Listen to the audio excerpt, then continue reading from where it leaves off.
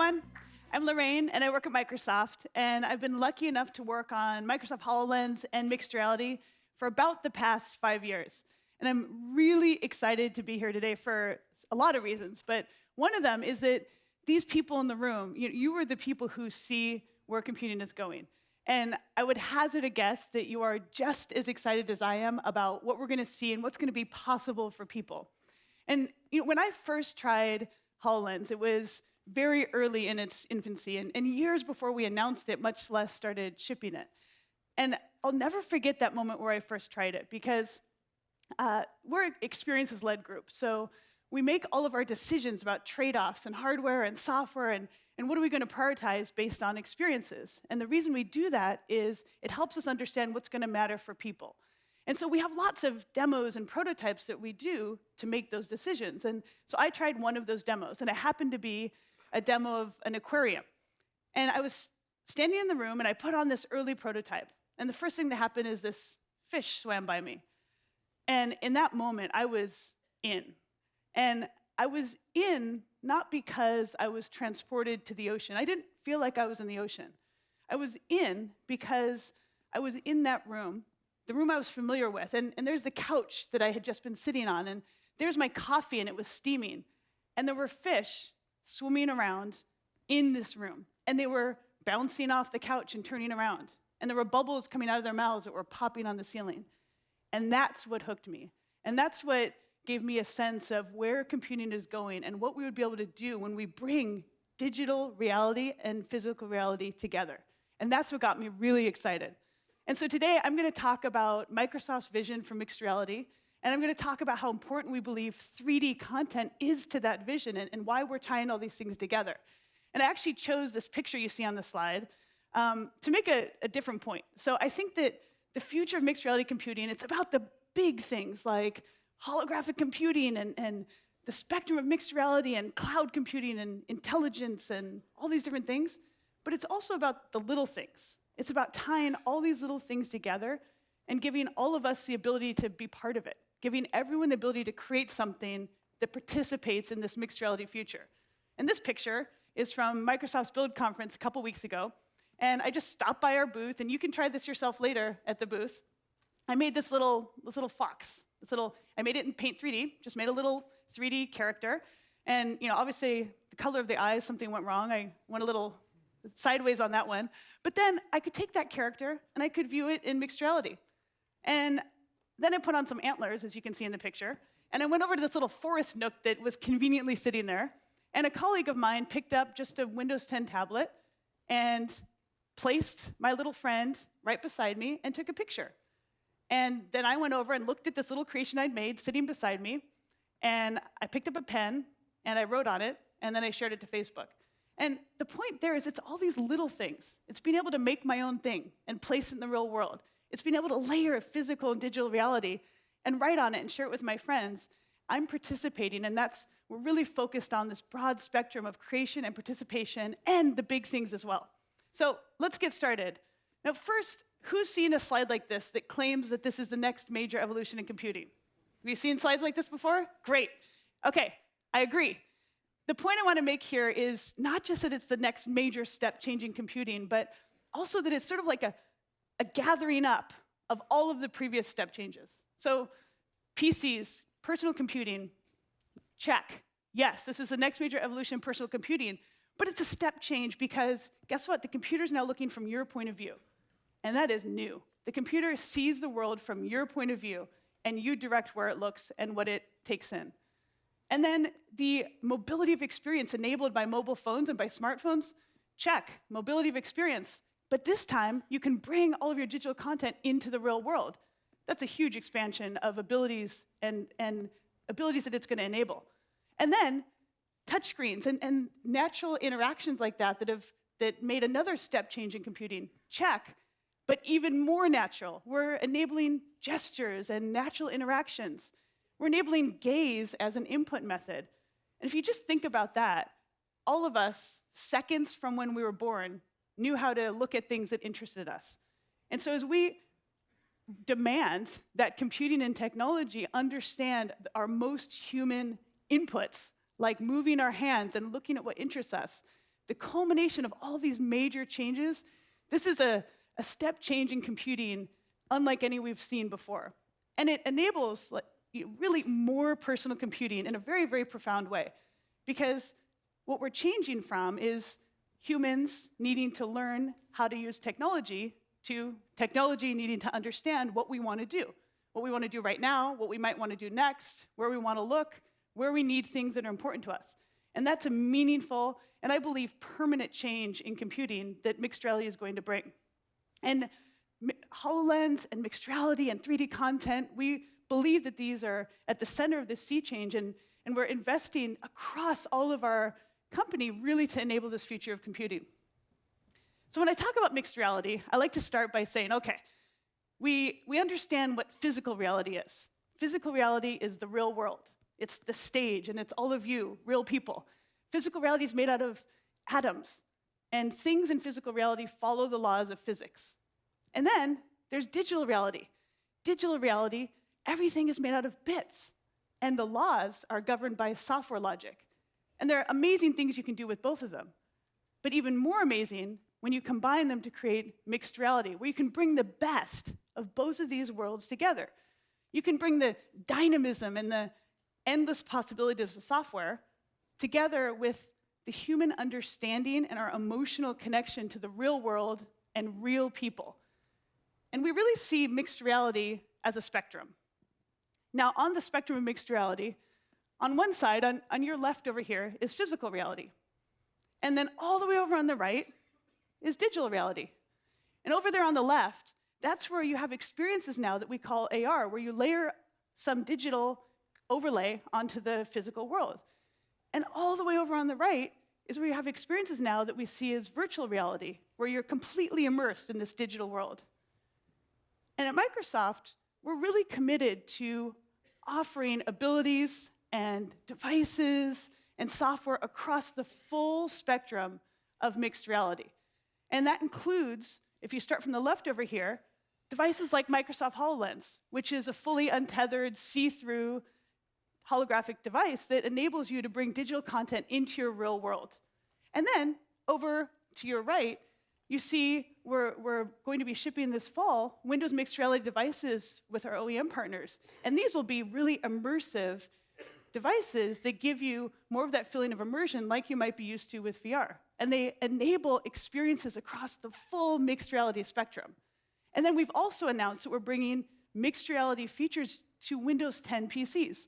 Now, any Windows 10 PC that has an RGB camera, you can use what we call view mixed reality. You can place any content right into the real world.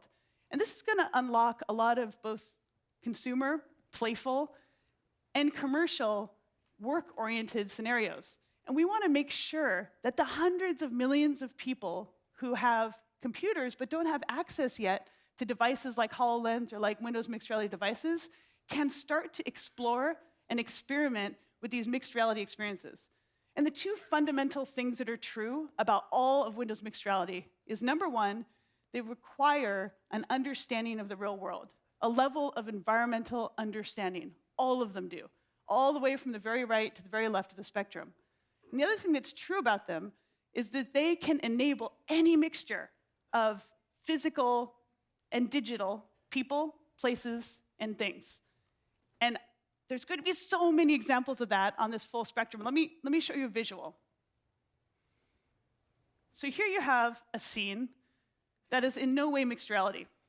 It's a physical person in a physical place with physical things. And now what if we want to bring in some digital content? You'll see that this will now become a mixed reality scene. There's maybe email or a Twitter app or something like that. You can communicate maybe. There's a digital potted plant, which you don't have to water. This is a mixed reality scene now. And it's one spot on that spectrum, closer to the left. And then say maybe this person is joining the conversation remotely and is represented as a digital version of herself instead. So then you will see this is still a mixed reality scene. And now there's a digital person, digital things in a physical place with physical things as well. And then maybe let's have this meeting somewhere else. Let's have it in a virtual location.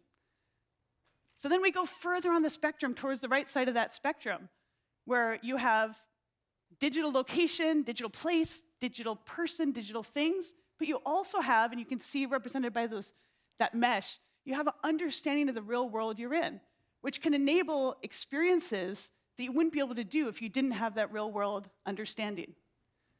So that just gives sort of a graphic illustration of how broad the spectrum is and how different the types of experiences will be that we collectively can bring forward.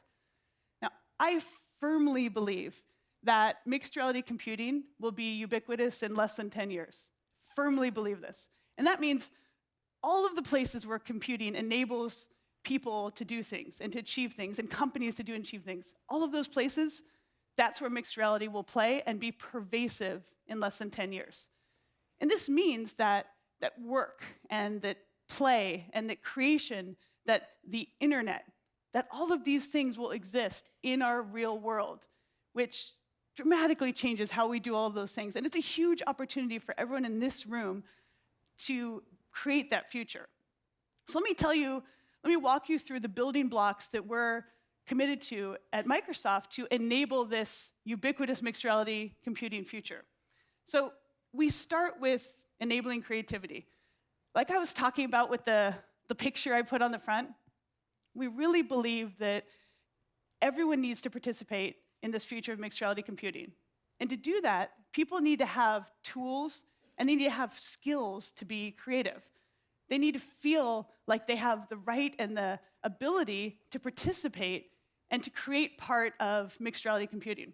And so we really focus on not only humans' fundamental need to create, but also more pragmatically giving them tools and abilities to do so.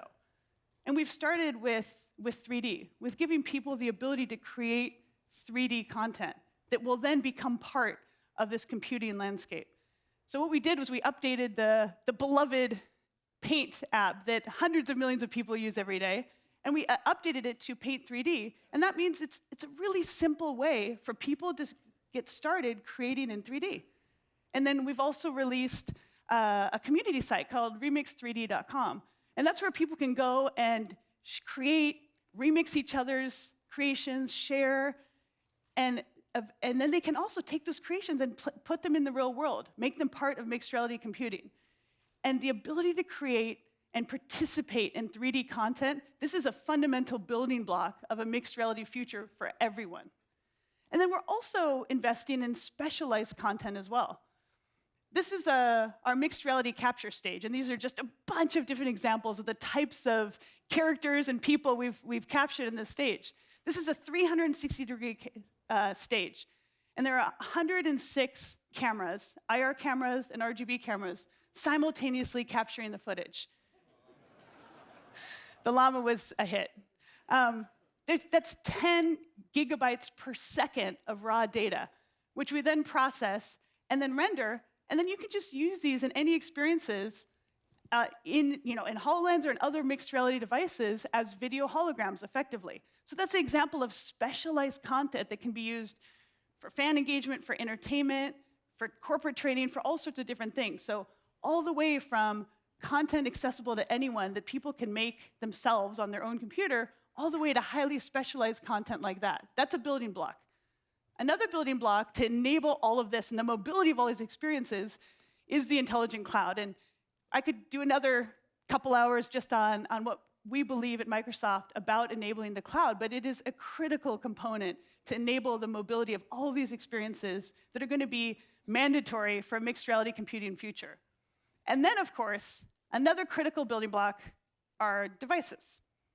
Here's one of my personal favorite devices, Microsoft HoloLens. And this is, as I talked about on the Spectrum slide, this is the first untethered holographic computer that's just running Windows 10, and it enables you to bring all of your digital content into the real world. It also is an amazing accessory with a summer dress. I feel very personally connected to HoloLens. I do love it. But we're also releasing this fall a lot of OEM devices from so many different partners that will fill out the rest of that mixed reality spectrum over on the right side that you saw. And these are coming from so many different great partners who will give people access all along the spectrum, to different types of immersive experiences. And these are all part of an expanding family of mixed reality devices that are an entry point into this future of computing. And not just head-worn devices either. As I mentioned, all Windows 10 computers that have a RGB camera can also participate using View Mixed Reality, where you can take any of this content and place it in the real world. So this example is a student. She's working on a Mars rover project. And in order to get a sense of its true scale, she's taken it and she's dropped it into the real world beside a car. And that's given her an awareness and an insight she wouldn't have had otherwise. And then we're also updating all of the apps that just come with Windows. This is an example where we took the Photos app and we've updated it. It's releasing this fall as Story Remix. And of course, you can do all the things you do with photos. You can store your collection, you can make videos, you can make little stories, but you can also bring in digital content and mix it with the real world and create these mixed reality stories with any PC. And we're really firmly committed to broadening access to mixed reality as much as we can. So I talked about these building blocks. I talked about the intelligent cloud. I talked about creativity and 3D content. I talked about devices like HoloLens and Windows mixed reality devices, including PCs and enabling mixed reality through PCs. So those are building blocks that enable a lot of future experiences. But right now, they're completely transforming what companies are already doing.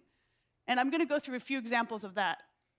So in the space of design, of 3D design, we have many, many companies who are currently radically changing their daily workflow, their daily operations to use mixed reality. These are huge opportunities, not just for investment, but for materially changing a business, opening up new opportunities, new lines of revenue for businesses, and dramatically saving costs. So Trimble, for example, released SketchUp for HoloLens. And that means that hundreds and thousands of architects are now using HoloLens to render and view their designs. And industrial designers are doing the same thing. Japan Airlines is training on engine mechanics using HoloLens. And then there's a space of spatial planning. So for example, I don't know if you realize how expensive it is to plan an operating room. It's incredibly expensive. It takes a huge amount of time and investment to plan these out, and they have to be perfect. The flow through the room has to be perfect, and it can cost hundreds of thousands of dollars just to plan, much less outfit them. But it doesn't anymore, because now hospitals and surgeons are planning out entire operating rooms just using a device, Microsoft HoloLens, and they can just move the 3D content, the digital content around the space, make their decision, and then make their investment and move forward. And this is dramatically reducing costs and getting these capabilities to patients much more quickly. There's a pizza joint that's rapidly expanding that started in Seattle, Mod Pizza. They're now planning all of their future outlets just by laying out their space and making decisions that way. And a lot of people who do things like spatial planning have never had access to technology because they need to move around their real world and use their hands when they're making decisions. But now they're able to dramatically improve their workflows using devices like this. And then when you think about art and creation, this is from a show at the Armory a couple months ago. And there's no better group of people than artists to really push the boundaries on what does it mean to mix the real world, the physical world, and the digital world. And this is one example where you can see part of this piece is physical and part is digital. And the entire experience is enabled because of the interaction between the two. And then there's mixed reality storytelling. We released an app called ActionGram on HoloLens, and the entire point of this app is just to give people the ability to try their hand at creating mixed reality stories for the first time. There's this big library of content. And the whole idea is just bring some of this content into your real world. Make a story. Make your friends part of it. Do some pre-visualization for a scene that you're making in a film. And there's content like video holograms that we captured in the stage, and there's content created by our brands like this amazing Hello Kitty here. And it's just to get people started thinking in this mixed reality computing way. Mixed reality entertainment. We released a bunch of games just to inspire developers and get people thinking, what does it mean when the story unfolds in your real world? When the drama happens in your real world? When the crime happens in your real world and you need to solve it, when the action is taking place in your real world. These are very different types of games, and they're exciting and they're immersive in a totally different way than we've seen before. Legendary has been using HoloLens not only to create characters and to pre-visualize scenes for films in a much faster way, but also for fan engagement. So at the Warcraft premiere, they had a booth where you could, as you're walking in, you could stop and pose with one of your favorite characters. So this is a mixed reality picture that you could then share out to your friends and say, hey, I was at the premiere and here's who I was with at the premiere. So completely new ways of thinking about fan engagement. So these individuals and these companies, they're not just investing in mixed reality because it's cool. It's not just some experimental division of their company. They're investing in mixed reality because it is radically changing their business. These past few examples I gave you. It's opening up new lines of revenue for them. New entire departments are starting to bring these types of services to people. And it's also enabling them to save costs in completely new ways. And these are the types of things, these pragmatic realities of people using these devices today and changing their businesses that I find even more inspirational. If mixed reality is ubiquitous in 10 years, well, guess what? In many, many companies, it's ubiquitous right now, and they're building their business around it. So a couple things I want to leave you with. Thing number one, I'm going to make a couple final comments, and then I'm going to share a video. And this video is a vision of what we believe mixed reality computing, ubiquitous mixed reality computing will do for daily life. So my couple comments, I chose these pictures very deliberately. These pictures are from one night, and this one night is really special because early on when I was working on HoloLens, I used to say, imagine when you'll see the first ever art gallery opening, holographic art gallery opening. I would just imagine, I thought it was a fun thing to think about, where you'd walk into a room and there'd be music playing and wine and cheese and nothing on the walls. And then you would pick up a device and the room would come alive. And I thought it was such a beautiful thing to think about. And I had that experience so much earlier than I had expected. And this is at Cornish College, where they now do their senior art lab using HoloLens. And this was the art gallery opening, and it was just as imagined, but measurably better, where you walk in, and there was music playing, there were snacks, and then I put on the HoloLens, and there were 15 or 20 art pieces around the room. There was sculpture, there was visual art, there were theater, there were dance pieces, typography art. And it's moments like that when I was looking around and seeing, as you can see in these pictures, the joy and the wonder on people's faces. That's transformative, and that's the transformative power that mixed reality computing is going to have for all of us. So, in this room is full of talented people who see where computing is going and are going to be forming this future. So definitely stop by and play with our stuff. We have a lot of stuff for you to play with and look at. But I would also ask you, we have organizational values that we use to make a lot of decisions. And the first organizational value that we use is create without fear. And so I would ask you to share or borrow at least that organizational value. Just create without fear. This space is full of possibilities, and take the time to experience that joy and that wonder and to share it with others. Thank you very much.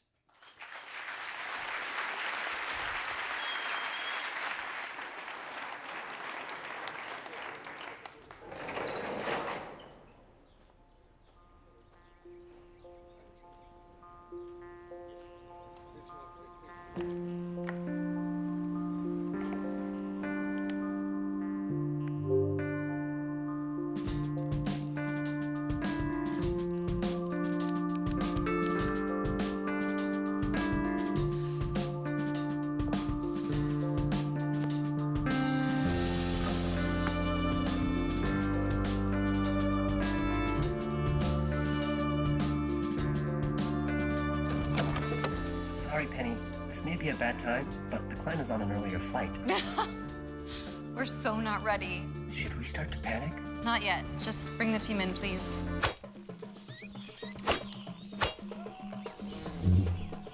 I can see you're hard at work, Samir, but Penny needs your help. Yeah, sure thing. Just let me check out this bunker real quick.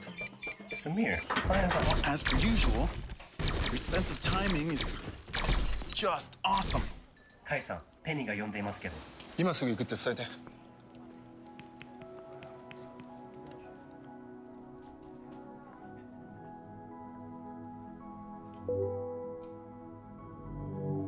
Penny? Hey. Cute. I try.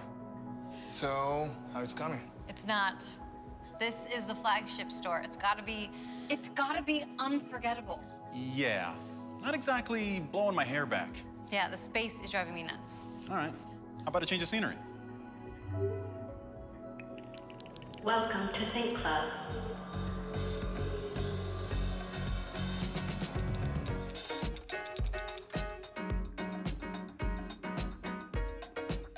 Some inspiration, please.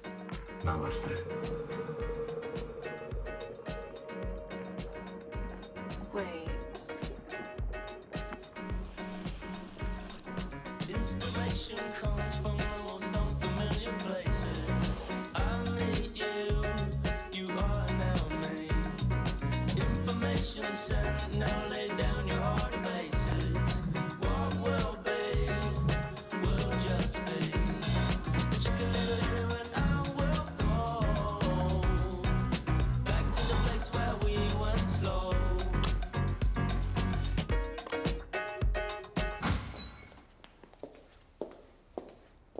Mata ギリギリなのね。